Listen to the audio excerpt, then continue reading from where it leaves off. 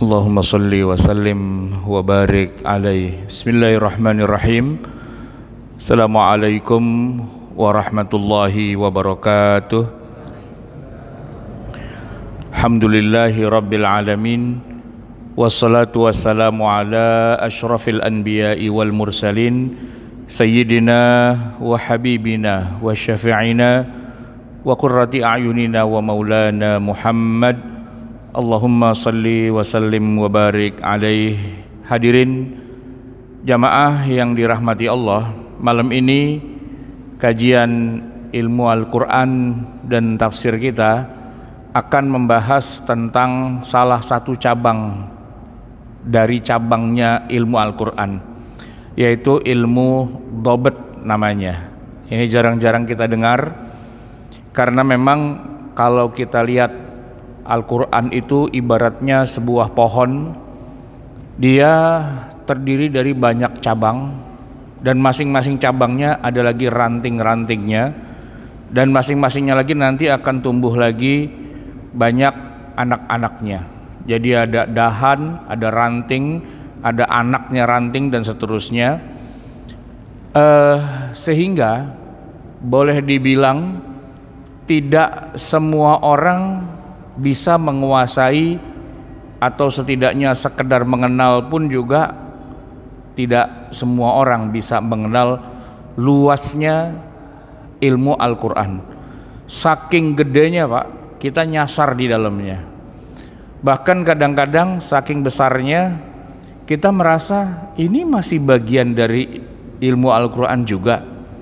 Jadi kalau kita telusuri jalan demi jalan, gang demi gang, ya belokan demi belokan, ternyata luas sekali ilmu Al-Quran itu.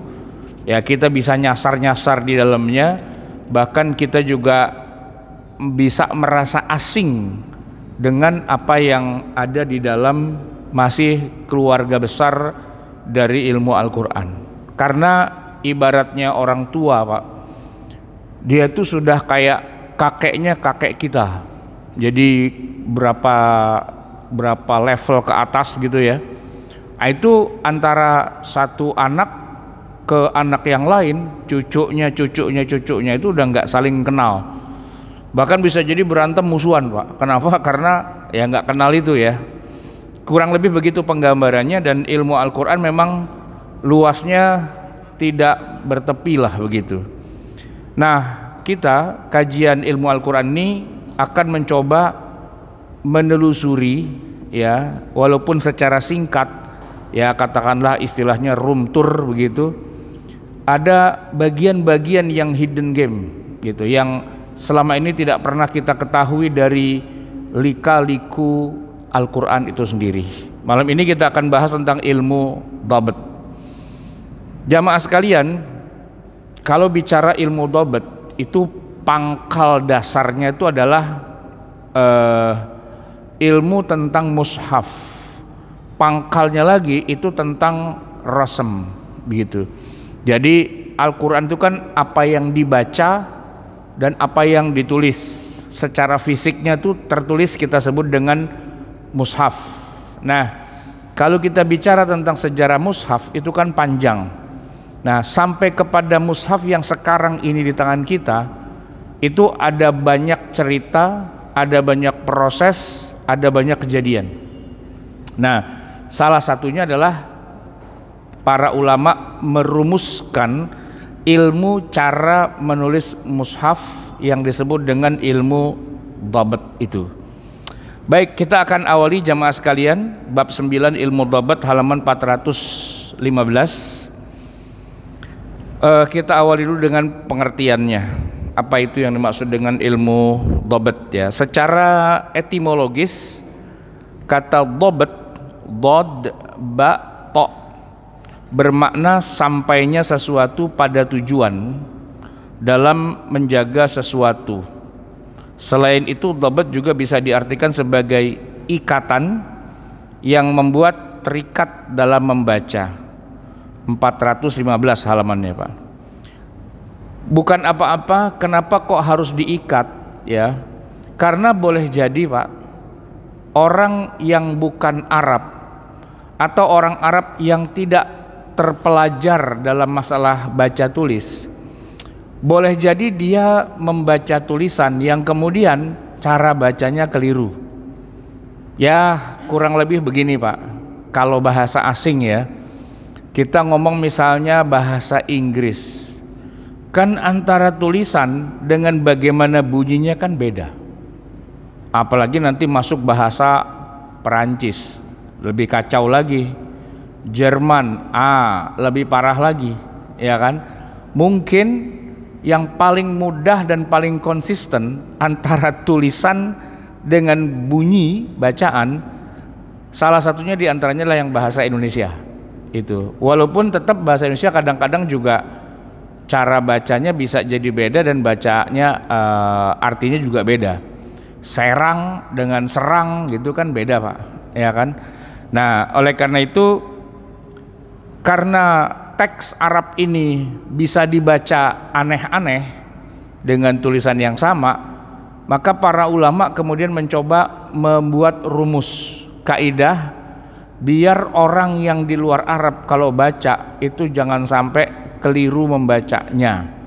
Maka dikasihlah berbagai macam tambahan tanda-tanda baca yang kalau di masa Nabi semua itu tidak ada. Tanda-tanda baca itu tidak ada, karena di zaman Nabi orang baca Quran dalam arti membaca teks ya semuanya orang Arab, semuanya bisa, bahkan tidak ada teksnya pun mereka bisa baca ya karena mereka hafal kan, nggak usah ada teksnya pun hafal aja mereka. Yang jadi problem adalah ketika Islam keluar dari negeri Arab menyebar, banyak orang-orang yang tidak mengerti bahasa Arab, yang tidak bisa menulis teks Arab, itu kan dia muslim, dia harus baca Quran, paling tidak Quran sebagai bentuk ritual ibadah kan. Nah maka para ulama mencoba mendesain gimana caranya biar teks mushaf ini bisa dengan mudah dibaca oleh orang-orang non Arab yang minimal bisa bunyi dengan benar walaupun orang tuh nggak tahu artinya, karena kalau ngomong arti ntar panjang lagi ceritanya. Minimal dia baca dan benar. Nah, mengikat atau menjaga jangan sampai ada orang baca Quran tapi keliru karena dia tidak menguasai teks Arab. Dibikinlah teks itu ada banyak tanda-tandanya, ada banyak ketentuan-ketentuannya yang kalau itu dilaksanakan dengan baik, insya Allah baca Qurannya tidak jadi masalah. Kurang lebih begitu ya tujuannya. Baik, nomor 2 secara istilah, sedangkan secara terminologis, ilmu dhabt adalah ilmu yang mempelajari maksud dari suatu huruf, baik dengan dikasih harokat atau dikasih sukun atau dikasih tasdid atau dikasih mad dan sebagainya. Ya sekedar gambaran begini jamaah sekalian, huruf Arab itu kan semuanya huruf konsonan, tidak ada huruf vokal. Beda kita Pak, kalau kita huruf itu terdiri konsonan dan vokal. Ya B dengan A jadi ba, B dengan I jadi bi, B dengan U jadi bu, babi bu gitu kan. Tapi kalau dalam bahasa Arab ba, ba, ba, 3 huruf aja. Nah itu Pak, kalau yang bukan Arab baca bisa ba, ba, ba, bi, bi, bi, bu, bu, bu dan seterusnya. Kan jadi kacau itu Pak. Nah barulah nanti dibuat, oh kita kasih tanda tertentu biar bunyinya jadi ba, kita kasih tanda tertentu biar jadi bi, kita kasih tanda tertentu biar jadi bu. Nah itu distandarisasi, yang di zaman Nabi itu tidak ada, ya kan, karena memang aslinya bahasa Arab ya cuman ya huruf hijaiyah saja, dan huruf hijaiyah itu adalah semuanya huruf konsonan, tidak ada huruf vokal. Baik, Dr. Kiai Haji Ahmad Fatoni LCMA menjelaskan bahwa ilmu dhabt adalah ilmu yang mempelajari berbagai tanda baca dalam mushaf Al-Quran yang dapat membedakan satu kata dengan lainnya. Jamaah sekalian, kalau kita buka mushaf kita, mungkin karena ya kita bukan orang yang hidup di zaman Nabi ya, mushaf kita itu Pak, itu antara teks aslinya yang ditulis oleh para sahabat di zaman Nabi dengan yang kita baca sekarang, itu jauh berbeda. Maksudnya jauh berbeda, sudah dilengkapi dengan berbagai macam tanda baca, yang mana tanda-tanda baca itulah yang merupakan tambahan, yang kalau di zaman Nabi bentuknya nggak kayak gitu, huruf-huruf konsonan saja, tidak ada huruf vokalnya, tidak ada itu yang namanya fathah, kasrah, dhammah, sukun, tasdid dan sebagainya. Bahkan panjang dan pendeknya suatu huruf pun juga nggak dituliskan dalam bentuk huruf. Kayak begini Pak, tulisan Allah. Kita Pak kalau baca Bismillah kan gitu ya, Bismillah, la-nya itu panjang 2 harokat paling tidak.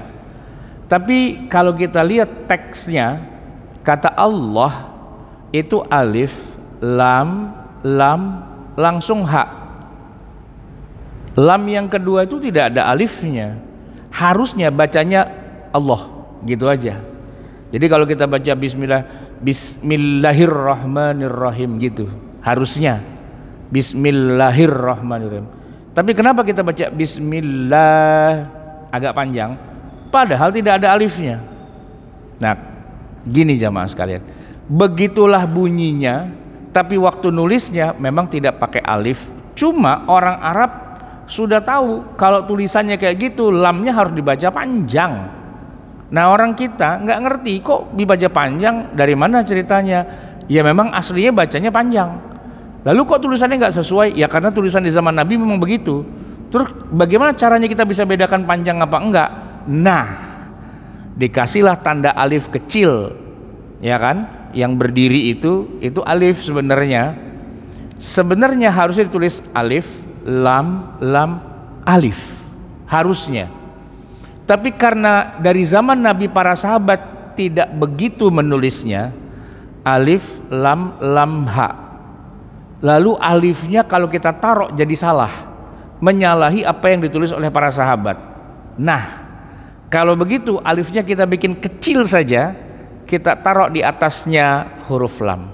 Jadi bacanya Bismillahirrahmanirrahim. Ar-Rahman. Itu Pak, tidak ada tulisan Ar-Rahman ya, alif lam ra ha mim alif nun, enggak begitu. Ar-Rahman itu tulisannya alif lam ra ha mim nun. Tapi mimnya harus dibaca panjang. Kalau kita kasih alif jadi salah. Nah, oleh karena itu kita tidak kasih alif, berarti nambahin huruf Quran. Tapi bagaimana biar orang tahu bacanya panjang? Kasih alif sebagai tanda baca. Ini bukan huruf alif, ini tanda baca, tapi mirip dengan alif. Nah, kan pusing tuh Pak. Tanda baca yang berdiri begitu tuh, yang kayak fathah tapi berdiri, itu kan sebenarnya itu alif, bukan fathah gitu kan.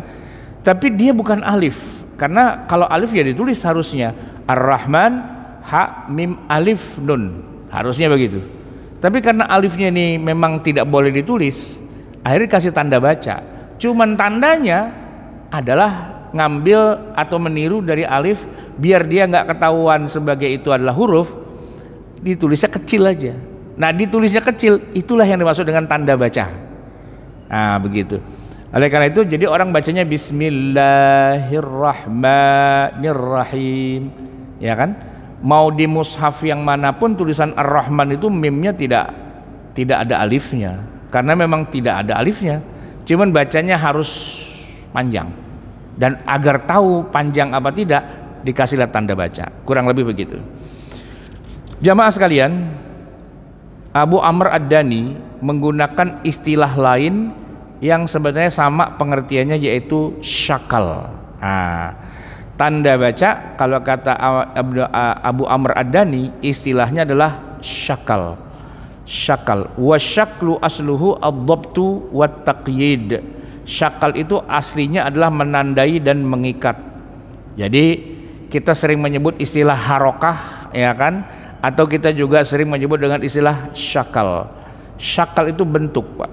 Jadi dia sebuah tanda, kayak tanda lalu lintas, rambu lalu lintas. Kan begini Pak, kalau tidak boleh belok kiri, ada gambar panah ke kiri, ya kan? Panah ke kiri. kasih coret. Nggak boleh ke kanan, panah ke kanan, coret. Nggak boleh balik, panahnya kebalik, coret.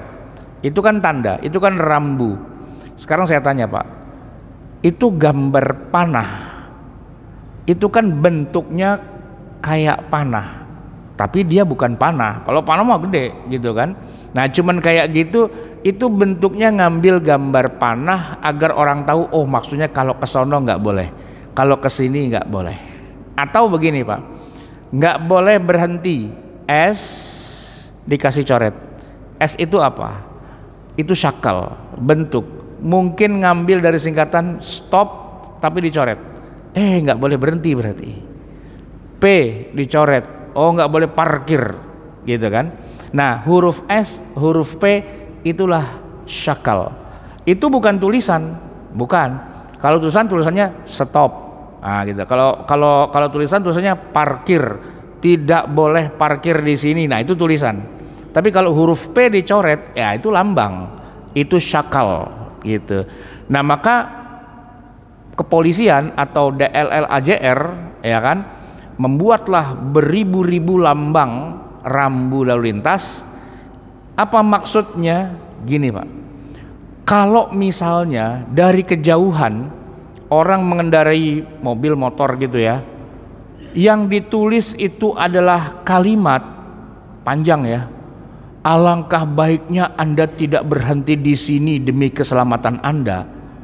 Lah ini mesti berhenti dulu, baca dulu apa maksud, oh gitu maksudnya, lama ya kan. Tapi kalau dari jauh ada tulisan P coret atau S coret, dari jauh ngelihat, oh iya itu maksudnya itu.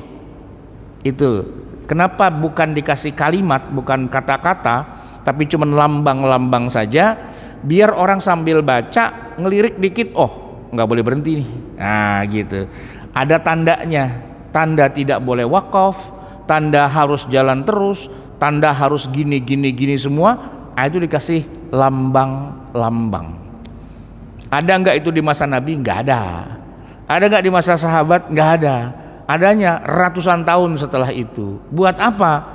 Ya buat orang yang bukan Arab dan tidak pernah belajar baca Quran, dia pengen belajar dan sebagainya. Nah di mushafnya sudah dikasih berbagai macam lambang.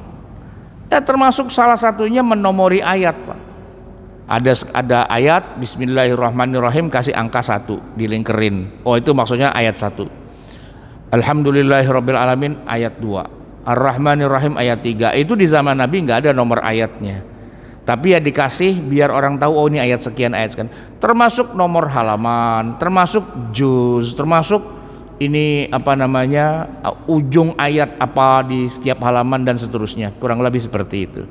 Jadi ilmu dhabat adalah ilmu untuk membuat lambang-lambang yang ada di dalam mushaf, yang itu memang hasil ijtihad para ulama.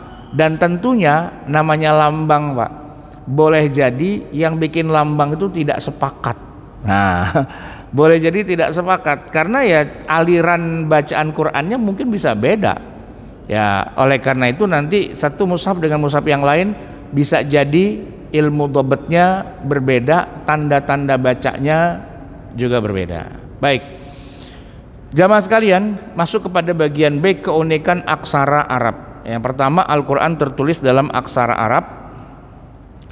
Al-Quranul Karim sudah ditulis sejak diturunkan di masa kenabian selama rentang waktu 23 tahun, ditulis oleh tangan-tangan terampil para sahabat Nabi yang mulia, sehingga dengan dituliskannya Al-Quran akan menambah kekuatan keabadian Al-Quran selain kekuatan hafalan dari para sahabat. Kemudian Al-Quran itu berbahasa Arab, oleh karena itu penulisannya pun digoreskan dalam aksara Arab pula. Dan para ulama sepakat bahwa apa yang dituliskan dengan aksara Arab berisikan ayat Al-Quran, maka statusnya menjadi mushaf yang mulia, yang harus disucikan dan dijaga dari noda. Sedangkan bila ayat Quran itu dituliskan dengan aksara selain Arab, misalnya dengan huruf Latin, kebanyakan ulama memandang bahwa tulisan itu bukan Al-Quran.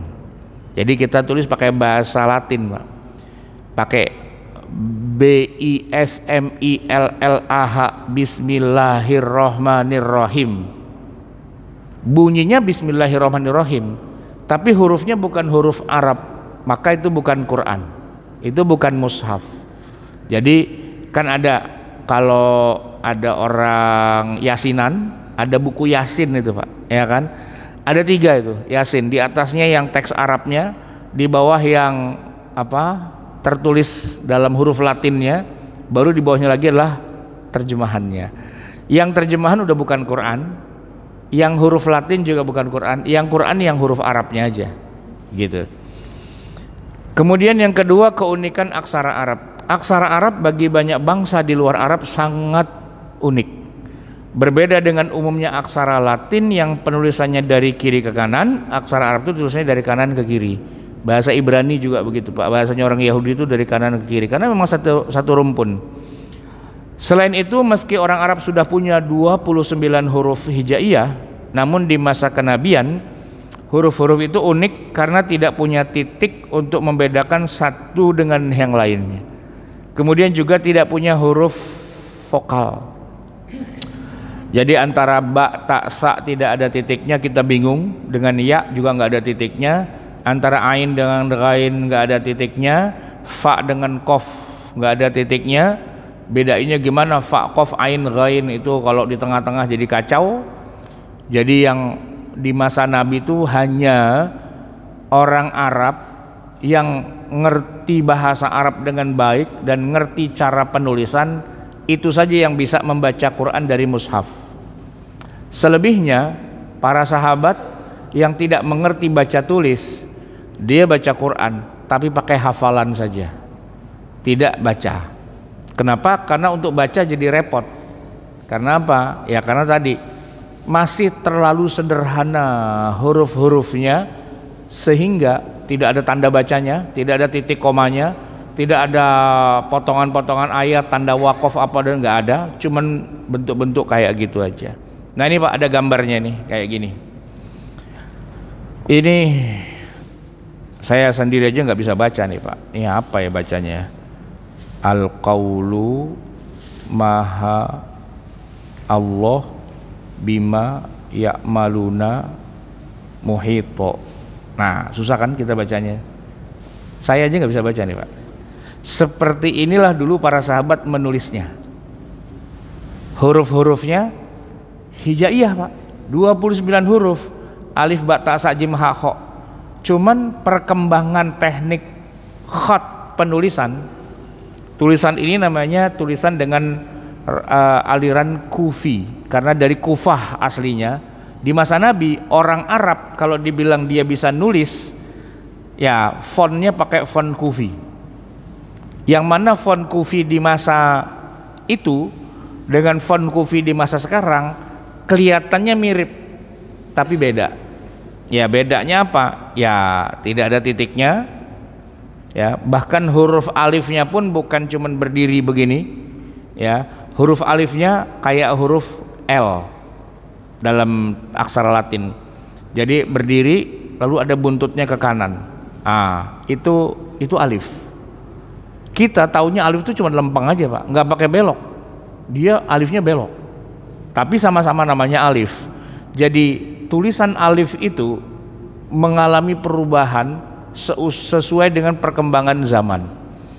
Orang zaman Nabi, para sahabat ya, kalau baca mushaf kita pasti pusing. Ini apaan? Gitu. Ini apaan? Gitu. Ya sama, kita juga kalau baca tulisan ini kita juga pusing. Ini apaan? Ini Quran. Masa Quran begini sih? Ya Pak. Nah, jamaah sekalian, memang begitulah perkembangan zaman. Oleh karena itu Pak, jangan ada orang yang bilang saya pengen hidup di zaman Nabi, malah nggak bisa baca Quran. Karena apa? Karena beda latar belakang pendidikannya. Baik, A, bentuk aksara Arab klasik. Ada satu hal yang juga perlu diketahui, bahwa bentuk huruf Arab di masa kenabian atau di era klasik itu nyaris sulit dipahami oleh kita yang hidup di zaman sekarang. Hurufnya cenderung terkesan kotak-kotak, tidak seperti huruf Arab yang kita kenal sekarang ini. Tapi tetap ya, namanya alif, ba, ta, sa, jim, ha, kho itu sama namanya, cuman cara menuliskannya yang beda. Sebagian kalangan menyebutkan bahwa bentuk ini termasuk jenis khat kufi. Kita nggak ada contohnya di sini ya, nggak ada kaligrafinya ya.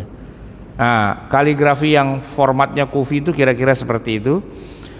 Mengapa bentuknya seperti itu? Sebagian kalangan menyebutkan bahwa konon memang asal muasal aksara Arab di zaman Nabi itu memang dari Kufah. Belum ada titiknya. Yang lebih parah lagi bahwa huruf hijaiyah di masa itu masih belum ada titiknya, sehingga tidak bisa dibedakan mana huruf ba, ta, sa ataupun ya. Ya kayak gitu aja Pak. Tuh kayak perahu doang kagak ada titiknya, ya kan? Ya, ta, sa, ba sama aja, ya. Begitu juga dengan huruf jim. Kayak kita di sini Pak, antara e pepet, ya kan? E dengan e. Itu kan kalau orang lain bilang ini bacanya e apa e gitu kan, ya kalau orang Indonesia tahulah komputer gitu ya kan. Tapi kalau orang Indonesia bagian sonoan dikit, orang Medan nggak ada Pak komputer lah. Kan komputer dengan komputer itu beda apa enggak? Bisa beda bisa enggak. Serang dengan serang sama apa beda? Ya kalau kita orang Indonesia tahu Serang itu nama kota, serang itu kata kerja. Komputer ya itu komputer ya komputer, cuman adanya di Medan doang komputer. Kalau di Jakarta nggak ada komputer, adanya komputer ya kan. Di Medan tidak ada komputer, adanya komputer ya. Terus e dengan e itu membedakan arti apa enggak? Ya tergantung kita lagi ngomongin yang mana, kan pusing orang bule itu Pak ya kan. Ya gitu juga di dalam bahasa Arab juga ada yang orang Arab tahu ini bacanya jadi gimana nih, ya begini baca, masa gini aja nggak tahu? Ya kita nggak tahu lah, lu yang punya bahasa gitu ya. Begitu juga dengan huruf jim, ha, kha, semua tertulis sama saja tanpa titik yang membedakan ketiganya. Begitu juga huruf ain dan ghain juga tidak bisa dibedakan. Huruf dal, zal, ra, zai, to, za, itu udah sama aja ya. Nah semua ini bagi bangsa non Arab tentu saja musibah kubro ya, resikonya dipastikan keliru kalau baca Quran yang model kayak gitu. Terus yang C belum ada huruf vokalnya, apalagi ketika Al-Quran ditulis oleh para sahabat di masa kenabian ataupun di masa Utsman ternyata juga tanpa huruf vokal. Maka ini menjadi masalah besar bagi bangsa non Arab, sebab Al-Quran itu kitab suci yang menjadi dasar pedoman buat umat Islam. Kalau tidak bisa dibaca, dibunyikan gara-gara tidak ada huruf vokalnya, tentu ini juga musibah kubro lagi. Jamaah sekalian, kita kalau baca nama Nabi Ibrahim ya, suhufi Ibrahim wa Musa, ro-nya itu panjang apa pendek Pak? Suhufi Ibrahim wa Musa, kan enggak gitu kan? Suhufi Ibrahim wa Musa, salah. Bacanya yang benar Suhufi Ibrahim wa Musa. Nah, ro panjang itu ada alifnya apa enggak Pak? Ternyata kalau kita baca di mushaf ada Ibrahim yang pakai alif dan ada Ibrahim yang enggak pakai alif. Ini dua orang yang berbeda apa orangnya dia juga? Atau yang nulisnya kacau? Ini jadi susah nih Pak. Perasaan kita udah pintar baca Quran, giliran ditanya Ibrahim kenapa ada alifnya, kadang-kadang kenapa nggak ada alifnya lah, jadi muter lagi kita dari mula kayak belajar alif-alifan lagi. Begitu jadi jamaah sekalian, kalau nggak ada alifnya tetap dibaca panjang, dikasih tanda kecil Ibrahim. Tapi kadang-kadang dia ada tulisan ada alifnya, Ibrahim nggak usah dikasih tanda lagi karena emang dia ada alifnya.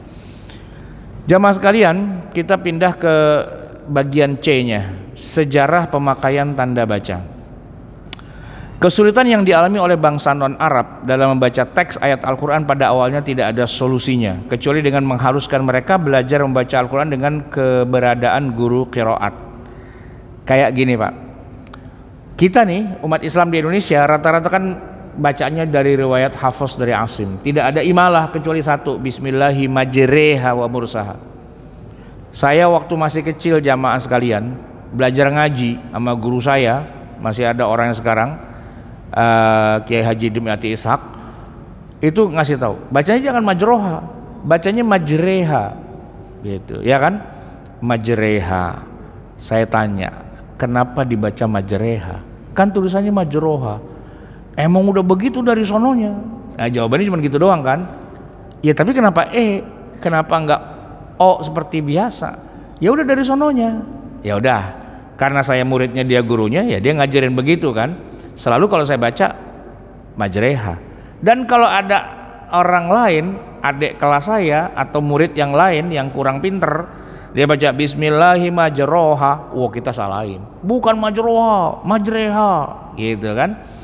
Dari mana kita tahu? Ya karena guru kita ngasih tahu. Coba kalau orang belajar baca Quran nggak pakai guru, kan jadinya majroha dia bacanya, gitu kan? Sebab antara yang tertulis dengan yang bunyi beda itu. Apalagi kalau kita belajar baca rawi berzanji, itu lebih kacau lagi, ya kan? Mumtati'am minas syukril jamili matoya. Bacanya bukan mumtati'an, mumtatiyam min, lain lagi. Kenapa beda bacanya? Emang udah begitu dari sononya. Lah ya sudahlah. Jadi kan berarti harus ada gurunya. Kalau nggak ada gurunya atau dia baca doang, jadi nggak boleh kan? Jadi nggak sesuai. Awalnya begitu jamaah sekalian. Antara yang tertulis dengan bunyi, ya mau nggak mau beda kan? Harus ada gurunya. Nah, bagaimana caranya biar yang tertulis dengan bunyinya itu sesuai? Nah, para ulama kemudian ngasih tanda, gitu. Tanda-tanda tanpa menambahi hurufnya, tanpa mengurangi hurufnya, tapi menambahi rambu. Jadi tidak menyalahi mushaf Utsmani yang asli, tidak menambahi huruf atau tidak mengurangi huruf. Asli dia hurufnya kayak gitu semua, utuh, nggak ada yang dirusak. Cuman dikasih tanda-tanda aja sebagai kode, begitu ya. Belum ada pemakaian tanda baca hingga 40 tahun ya. Hingga 40 tahun setelah distandarisasi oleh Khalifah Utsman bin Affan dalam Rasam Utsmani, tidak pernah ada upaya untuk membuatkan tanda-tanda baca yang membantu orang untuk lebih mudah membaca dari mushaf. Bukannya tidak ada inisiatif untuk membuat tanda baca, namun pada saat itu yang berkembang adalah semangat untuk menjaga keaslian, originalitas Al-Quran. Ya, apalagi juga ada perintah untuk membersihkan Al-Quran dari unsur-unsur asing yang bukan Quran. Kata Nabi, jarridu Al-Qur'ana, bersihkan Al-Quran, wala tukhalituhu bisyai'in, jangan kecampuran dengan yang lain-lain, au ma laisa minhu, atau yang bukan bagian dari Quran. Jadi apa adanya teks Al-Quran yang kita terima dari para sahabat, ya itulah. Maka 40 tahun kemudian sejak wafatnya Khalifah Utsman, tidak ada titik ditambahin, harokat ditambahin, fathah kasroh dhamma, tanda baca dan sebagainya, tanda waqaf, itu enggak ada. Sampai kemudian sudah hilang rasa khawatir dari Quran dipalsukan. Nah, muncullah kemudian ini masih tetap harus dikasih tanda-tanda baca. Problematikanya sangat besar gitu ya. Namun setelah 40 tahun kemudian dan zaman sudah mengalami perubahan, pesan larangan menambahkan sesuatu dalam mushaf Al-Quran dirasa sudah tidak relevan, maka mulailah beberapa ulama memberikan rukhsah atau keringanan khususnya untuk kalangan non-Arab agar mendapatkan kemudahan dalam membaca Al-Quran. Nah, kita masuk awal mula penggunaan. Salah satu ulama yang disebut-sebut membolehkan dibubuhkannya tanda baca pada mushaf adalah Al-Auza'i, wafatnya 157 Hijriyah. Beliau mengatakan tidak mengapa seandainya huruf ya dan ta di dalam mushaf itu ditambahi 2 titik, karena akan menjadi cahaya bagi Al-Quran. Ini berarti kan mulai menambah-nambahi kitab suci, Pak. Menambah-nambahi. Dialognya panjang itu, Pak, antara yang bilang nggak boleh, antara yang bilang boleh. Yang bilang nggak boleh, Quran harus jaga keasliannya. Apapun yang tertulis di situ ya itulah, awas ya tambah-tambahin. Nggak satu titik pun nggak boleh ditambahin. Wah, begitu kan, kejam. Nah, yang lain bilang ya kalau cuma titik doang nggak apa-apa kali. Kesian orang pada nggak bisa bacanya, begitu kan. Nah, kemudian ada istilah naqtul i'rab. Apa itu naqtul i'rab? Maknanya adalah pemberian tanda baca yang fungsinya untuk menerangkan status i'rab suatu kata dalam struktur kalimat ya.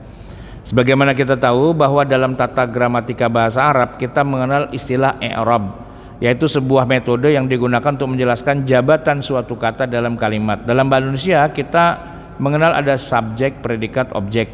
Nah, dalam bahasa Arab kita mengenal satu kata berkedudukan sebagai mubtada khobar, dalam struktur kalimat jumlah ismiyah, atau dalam kalimat fi'liyah ada fi'il, fa'il dan maf'ul gitu ya.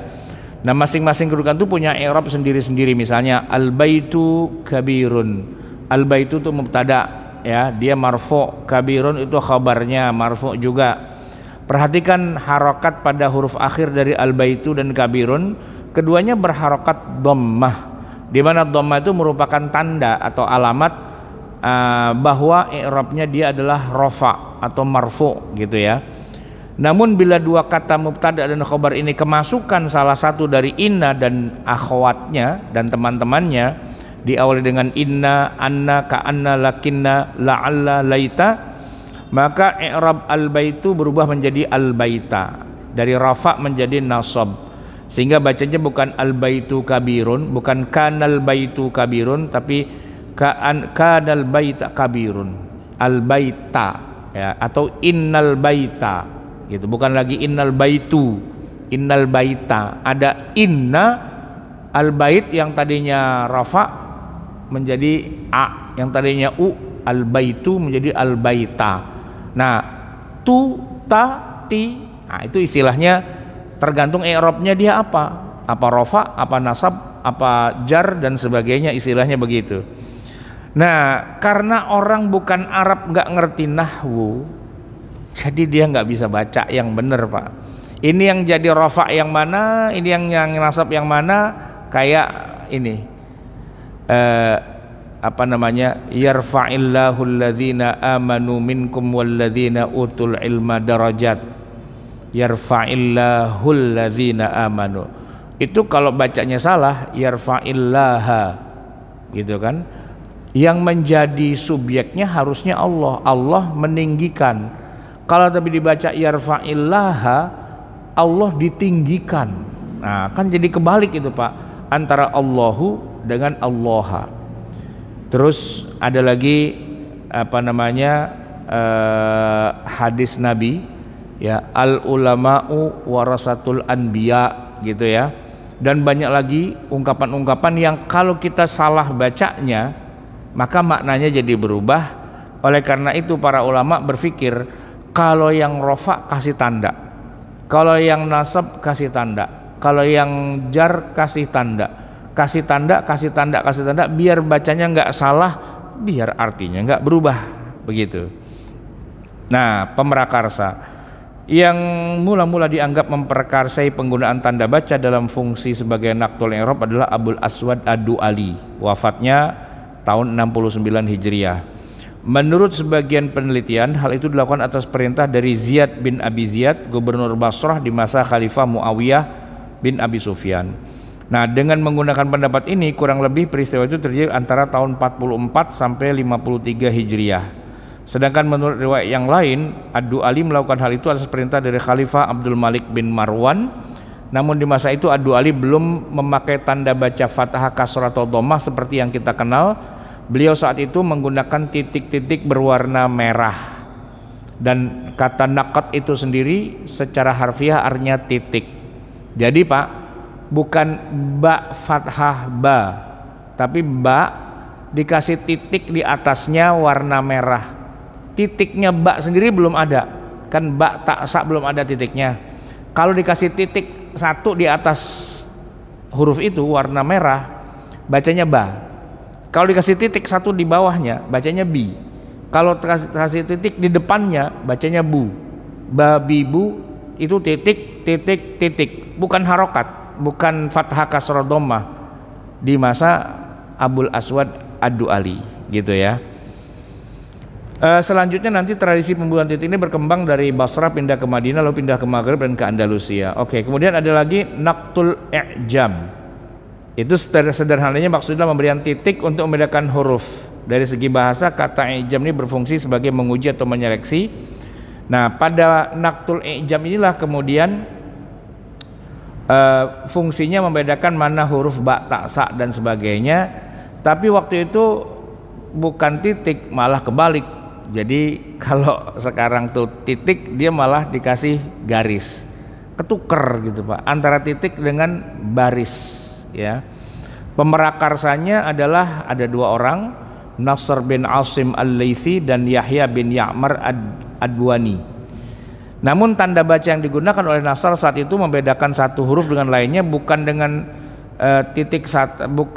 justru bukan titik 1, 2 atau 3. Beliau menggunakan garis miring kecil yang membedakan huruf yang mutasyabih seperti ba, ta, sa, dikasih garis miring kecil kayak fathah gitu. Ba itu dikasih garis miring kecil di bawahnya gitu. Jadi untuk membedakan antara ini huruf ba, ta, sa bukan titik tapi dikasih garis. Baru kemudian nanti disempurnakan di masa berikutnya. Al-Khalil bin Ahmad Al-Farahidi 173 Hijriah, saat itulah bentuk titik merah yang awalnya digunakan oleh Abul Aswad Ad-Du'ali untuk membedakan i'rab mulai diganti dengan syakal atau dengan bentuk huruf fathah, kasrah, dhammah, tanwin, sukun dan lainnya berubah dari awalnya berupa titik merah menjadi rupa tertentu yang disebut dengan syakal. Nah, jadi berubah tuh ya di zaman berikutnya lagi, udah tahun 173 Hijriah, Khalil bin Ahmad Al-Farahidi. Nah jamaah sekalian, tanda baca hari ini, nah, apa yang kita uraikan dalam sejarah singkat di atas kemudian masih kita temukan hingga hari ini. Maka hari ini kita mengenal ruang lingkup dan perangkat tanda baca dalam ilmu dhabat, yaitu harokat, fathah, kasrah, dhammah, sukun, tasydid, mad, tanwin, hamzah, hamzah wasal dan sebagainya. Harokat itu secara bahasa berarti gerakan, sebagai lawan dari diam atau tidak bergerak atau sukun gitu. Jadi ada harokat, ada sukun. Harokat itu bergerak, bunyi a apa segala macam, a i u. Nah kalau sukun berarti dia diam. Sukun kan sakana yaskunu, diam gitu kan. Kalau bahasa kitanya mati gitu, nun mati. Nah, namun dalam istilah ilmu dhabat, harokat itu adalah 3 tanda baca, yaitu fathah, dhammah dan kasrah. Gunanya harokat untuk membunyikan huruf-huruf konsonan dalam aksara Arab, yaitu huruf konsonan itu dibunyikan menjadi vokal a, i dan u gitu ya. Kemudian kita bicara tentang tanda baca yang pertama, yang fathah. Dalam kitab Irsyad At-Talibin karya Salim Muhaisin disebutkan bahwa tanda harokat fathah berasal dari alif yang ditulis dengan ukuran font yang kecil yang dimiringkan dan memanjang dari kanan atas ke kiri bawah, posisinya diletakkan di atas huruf, itu namanya fathah. Tanda fathah berasal dari alif kecil dimiringkan supaya tidak menyerupai dengan alif kecil yang bacaan panjang. Kalau miring ba, kalau berdiri ba. Kalau miring 1 harokat, tapi kalau berdiri 2 harokat gitu. Mengapa berasal dari alif? Karena diambil dari huruf mad, di mana alif mad sebagai wujud dari fonem a atau fathah. Dulu sebelum ada tanda harokat fathah seperti sekarang ini, fathah ditandai dengan titik merah yang diletakkan di atas suatu huruf. Titik harokat ini hanya digunakan untuk mengetahui i'rab dan akhir harokat huruf setiap kata. Dhammah, jamaah sekalian, dhammah itu diambil dari huruf wawu kecil, diletakkan di atas huruf. Sebagaimana fathah dipilihnya wawu karena dia adalah wawu mad yang dibaca panjang jika sebelumnya berharokat dhammah. Kasrah itu diambil dari huruf ya, cuman ya-nya begitu, set set set. Yang ma'kusah atau ya terbalik. Huruf ya terbalik itu kemudian dibuang kepalanya, kemudian menjadi harokat kasrah yang kita kenal sekarang ini. Lalu tanda harokat kasrah itu diletakkan di bawah huruf. Dulu sebelum adanya tanda harokat kasrah seperti ini ditandai dengan titik merah yang diletakkan di bawah huruf. Sukun, secara bahasa makna sukun itu diam atau tidak bergerak, dan dalam istilah ilmu dhabat sukun ini digunakan untuk membuat suatu huruf menjadi tidak berharokat sehingga menjadikan huruf itu diam, tidak ada vokalnya. Kita mengatakan huruf yang mati atau dibunuh gitu ya. Kadang juga disebut dengan huruf mati. Misalnya kita sering mendengar istilah nun mati. Nun mati ketemu mim, gitu misalnya. Huruf nun yang tidak berharokat fathah, kasrah atau dhammah tetapi diberi lambang sukun alias dimatikan, disakankan. Nah, orang Arab sering menyebutkan sakin taslam, sukunkan aja bagian akhirnya maka kamu selamat. Dan hampir semua bacaan Quran tuh semuanya terakhir disukunkan. Begini Pak, Bismillahirrahmanirrahim, kan sukun tuh Pak, padahal tulisan aslinya mi. Kalau kita berhenti disukunkan. Ar-Rahmanir-Rahim, berhenti lagi sukun kan. Kalau kita baca nyambung, Bismillahirrahmanirrahim, Alhamdulillahi Rabbil Alamin, Ar-Rahmanir-Rahim, mima, gitu ya. Tapi kalau diberhentikan dengan sukun, semua berhenti, jadi sukun semua, gitu. Nah, bentuk tanda sukun berbentuk bulat yang aslinya adalah kepala huruf kha. Kepala huruf kha, titiknya hilang, buntutnya hilang, tinggal begitu doang. Jadi sukun itu bukan bulat itu Pak, sebenarnya, bukan huruf O, bukan huruf nol gitu, tapi dia adalah huruf kha yang titiknya dibuang, buntutnya dibuang, sukun. Nah, harokat sukun melambangkan fonem konsonan atau huruf mati dari suatu huruf, misalnya kata mad yang terdiri dari huruf mim berharokat fathah mim sehingga menghasilkan bunyi ma dan seterusnya lah gitu ya. Kemudian ada lagi tasydid atau syiddah. Itu tanda baca yang betulnya diambil dari kepala dari huruf sin, ya, huruf sin yang diletakkan di atas huruf Arab, ya. Jadi buntutnya atau tubuhnya dibuang, tinggal giginya doang, gitu. Dari kata huruf shin pakai titik tiga, titik tiganya dibuang, ya kan? Jadi tinggal dua doang giginya. Nah, itulah yang disebut dengan tasydid, melambangkan penekanan pada satu konsonan yang dituliskan dengan simbol konsonan ganda, ya. Sebagai contoh kata syiddah, berbunyi syaddah, terdiri dari huruf shin yang berharokat dengan fathah. Lalu ada lagi mad, ya. Mad itu panjang dan memanjangkan, artinya orang Arab biasanya menyebut dia mengulurkan tangannya, yamuddu yadaihi, ya. Kemudian yang terakhir adalah tanwin, yaitu fathah, kasroh dan domah yang didobelkan. Nah, dobel itu berarti mati lah gitu ya. Nah, jamaah sekalian, lambang-lambang ini semua adalah hasil karangan manusia. Jadi Al-Quran itu penuh dengan masukan dari manusia, penuh dengan karya manusia. Tidak sepenuhnya itu adalah dari Allah, begitu, ya kan? Tapi yang pasti adalah begini, walaupun dia masuk ke dalam mushaf, gitu ya, tetapi mushafnya tetap mulia. Dalam arti tanda-tanda baca itu bagian dari mushaf juga, ya. Yang mushaf itu bukan hanya yang huruf-hurufnya saja, tanda-tanda bacanya, nomor ayatnya, tanda wakaf dan sebagainya, itu semua bagian dari mushaf juga. Padahal itu karangan manusia, ya, karangan manusia. Nah, boleh jadi jamaah sekalian, ya, tanda-tanda baca ini kedepannya juga berkembang lagi, ya. Nah, kita nggak tahu kayak apa perkembangannya, tapi yang jelas terakhir ya seperti itulah yang kita baca di dalam mushaf, yang kadang-kadang kita juga nggak tahu ini lambang maksudnya apa. Nah, gitu.